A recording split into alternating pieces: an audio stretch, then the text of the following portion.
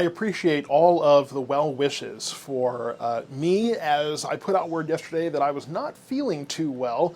A weird fever yesterday and last night, and then I'm not quite feeling 100% yet, but hey, I can do a forecast. I can do a little bit of a video for you and talk about the fact that we have a few showers here. Let me see if I can get that to play for you. Just a few kind of spotty showers across our area, and there's a lot of moisture right now. And if we take a bit of a wider view, you can see that there are showers and thunderstorms kind of surrounding this low pressure system that we have. And I do expect more convection, more of this to fill in as we get into, again, the afternoon and evening hours, just like we've seen really for the past few weeks here. Upper 80s for our highs today, and again, we're warming right up. I had a text message earlier asking me, hey, shouldn't we be in the upper 80s or in the upper 90s by now? Not really. We're kind of where we should be. Upper 80s, 90s is kind of normal for this time of year. We don't really start getting into the upper 90s and 100s probably until July or August. So that will be on the way. Let's enjoy this while we have it.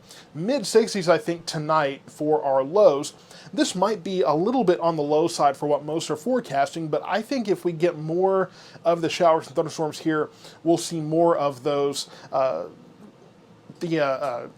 rain-cooled air that will probably help to bring some of those temperatures down.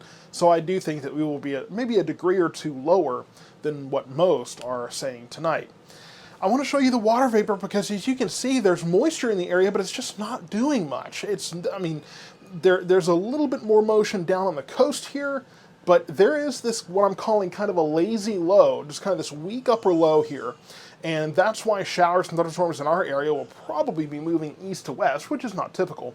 But we'll see that motion over the next several hours. And the reason for that is there's a system, we've kind of been in this pattern pretty frequently here, a system to the west here, one system to the east, and then we're kind of in the middle.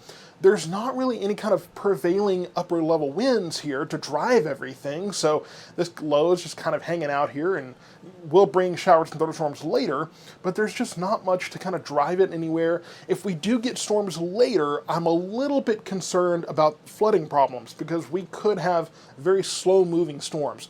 So as we get into the later part of the day, I will be monitoring those, fortunately better than yesterday, and I will bring updates to you as to where those storms are, and hopefully we won't have to deal with any flooding problems. But if you are in a flood-prone area, that's kind of part of what I'm a little bit worried about later today. The good news is usually those storms don't last very long, so that should be in our favor.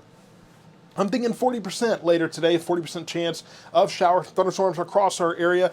And then after that, we get ahead and we're looking at really for most of the week, 2020, just afternoon pop-up thunderstorms, really more of a summer pattern. And kind of think of the coast. You know, you go down on the beach and then afternoon, thunderstorms pop up, you go up in your room, take a breather, go back out in the evening when things have calmed down. That's kind of what I'm expecting here. So just pop-up thunderstorms each afternoon.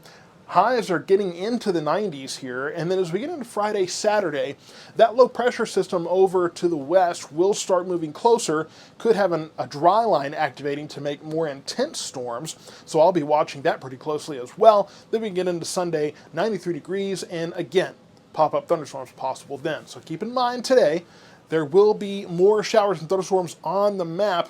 The rest of the week, just looking at pop-up thunderstorms, I don't think really most of us will see rain through this week, but you might be one of the lucky ones that gets one of those storms on you.